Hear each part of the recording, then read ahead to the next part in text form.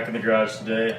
I've already got some things accomplished today, but they were underneath the car and impossible to video since I don't have a lift.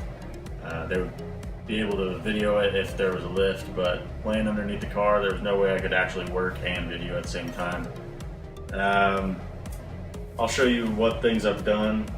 I pretty much just mounted the transmission, did the transmission mounts underneath, got the shifter put on there, and I'll show you that I did it inside too. It's too dark in the car to show it and I lost my light.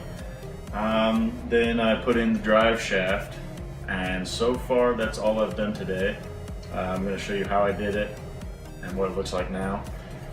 I've got a couple more things I want to do tonight before I end this video, and let's get to it. Alright, back under the car. As you can see, transmission mount right there. Started out by putting on the Sicky mount to the actual transmission itself, and then this crossbar right here, that's also supplied by Sicky. Bolt that to the transmission mount right there with it's a 19mm bolt, and then I took the jack, put it up under here, jacked up the transmission until it was close, put those bolts in right there, and then after I got these torqued, I finally really tightened this one down because it's nice to be able to swing this back and forth. Got the transmission in there now. That was actually really easy as well.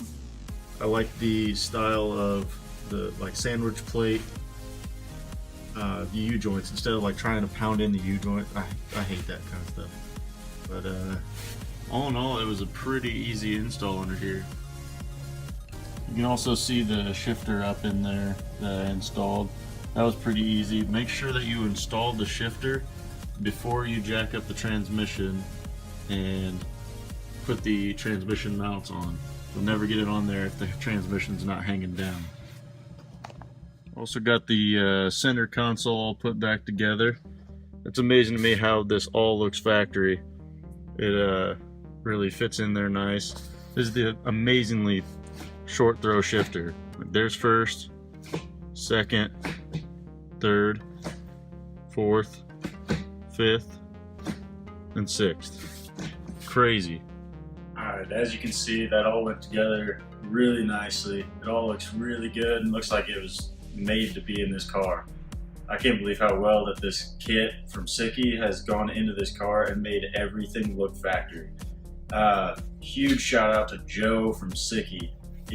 I know I said in the videos earlier that I had some shifter issues, and I've been talking to Joe. He's helped me out every step of the way, and he in fact is I think he's a manager or something, and he went out into the shop and personally put together my shifter to make sure it was right this time. So huge shout out to you, Joe. The next thing I'm going to do are power steering lines, and then I'm going to probably try to get the oil relocation kit in there, and we're pretty much done. Now some of these power steering pumps are going to be different. I know the ones out of the old Camaros and Corvettes are different. This is the GTO style, but they're all pretty much the same. I'm just going to take the power steering feed line, put it in, screw it in, and then the return, going to take it and put it right in to where the old hose used to be. I've still got my old one on there, but there we go.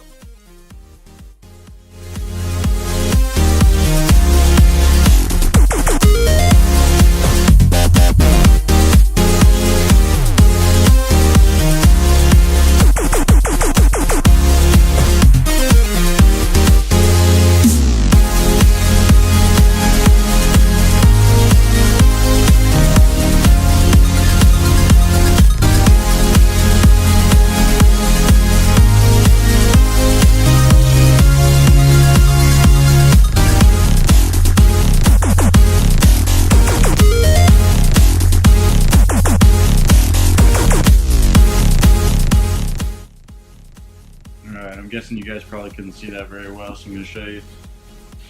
got the feed line hooked into the back of the power steering pump right there. There's my flashlight. And then I got the return line all hooked up. The feed line, I'm not really crazy about how I had to run it up here and loop it around to get it in. I'm not sure why they didn't just run a straight fitting off of there. So I don't have one, and I needed to put it on there tonight. My only guess is that it keeps it off of the headers. See how I've got it down there? So that's why I kind of looped it underneath. If you guys have anything on that one, comment down below, because I'd be curious to see how I should reroute that later. Next we're going to go on to the oil relocation. The reason that we're doing an oil relocation kit is because the and I keep saying oil relocation, it's oil filter relocation. On the new oil pan, the oil filter would not fit on the oil pan, where usually when you're changing your car's oil, when you take the oil filter off, it wouldn't fit there anymore. So we have to run 2 lines and a sandwich plate off of there, so it pumps the oil up to a remote oil filter. This way you can put it wherever you want to. I haven't decided where I want to put it yet, but we're going to get to that. And it does that so that you've got more room down there, and then honestly it makes it easier to do an oil change later. On the sticky pan, the oil drain plug is in the front of it. Like, you can just reach right under the car and take it out. And then when you do the relocation kit, usually you put it up here, like up somewhere in the engine bay where you can get to it easy.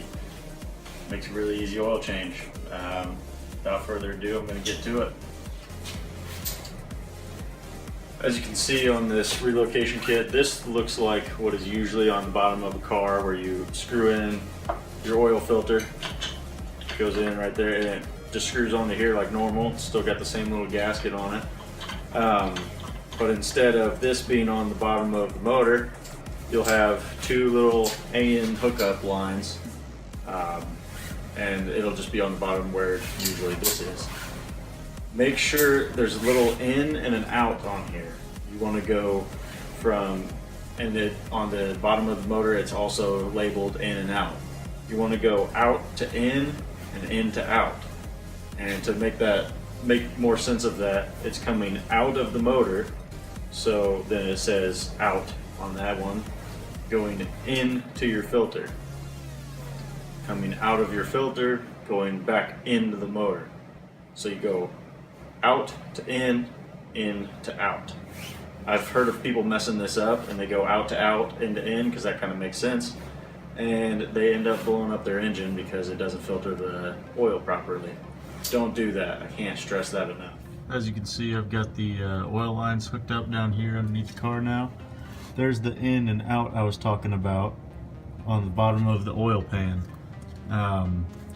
Make sure that you go out to in to out. And then I've got the lines ran up underneath the headers and underneath the steering column over there, all the way up to the top of the car, which I will go to right now. And here you can see the lines ran up next to the driver's side of the engine. Not really sure where I'm gonna mount this yet. I think just right around on this strut tower right here. Shouldn't get in the way of the headlight or the cross member coming in, but just like self-tap it to it or run some bolts through those pre-existing holes. I'm not going to install it right now because I actually don't have any wrenches that are big enough for those, so I've got to go get those tomorrow. But I figured you guys didn't really care to see me torque everything down. I'm just going to mount that right there. And finally, the last thing I'm going to do today is run the clutch slave cylinder to master line. I've already ran it from the transmission, which you guys already saw how it came out of the side of the trans. I'm going to run it up through like just how the 350Z factory one was, up into up to the firewall, and then it comes in. I don't know if you can see it, but right down on the end of the master cylinder there's that banjo bolt right there, and that is the end of the cable. It's going to go right on there. I'm going to go ahead and put it on and then show you guys the finished product. Well, there you have it. I got the clutch line all hooked up, banjo bolts on, The clutch line is ran down there. I'm going to use some cable ties, not zip ties, but like the little clamp things. I don't know what to call them. Anyway, I'm going to use those there and there and there. There's plenty. They give you plenty of lines, so I'm really happy about that. I was struggling with some of my fuel lines. I had to reroute them because they weren't long enough. But yep, all of the clutch lines in, and I'm not looking forward to bleeding that. Honestly, that was the hardest part of the entire swap so far. Getting that banjo bolt on the end of the master cylinder with the line in between it, because you have no room to work with it down in there. And you don't want to over torque a banjo bolt because there's actually a hole drilled through the middle of them and through the top of them. That's how the fluid gets through there, goes through the clutch line. So torquing those down, they're really soft. And you want to get them tight enough that there's no leaks, but you don't want to break them. Well, that's all that I have for you guys today. I know this wasn't a really exciting video. It was more of just an instructional video on what I've done if you guys are actually doing this swap. Next video is going to be nuts because, as you can tell now, I've got everything done. Obviously, I haven't put the front end together yet, but I don't want to do that until I get all my wiring harness hooked up, because it's a lot easier to work on like this than it is with the whole front end on it. Anyway, next time we'll be putting the front end together after the wiring harness is put on, and then we can start it up and we should be able to drive it. Probably won't drive it much because it's snowing outside right now, but you get the point. If you like this video, give it a like. If you want to subscribe for more, subscribe for more. If you got something to say, put it down in the comments.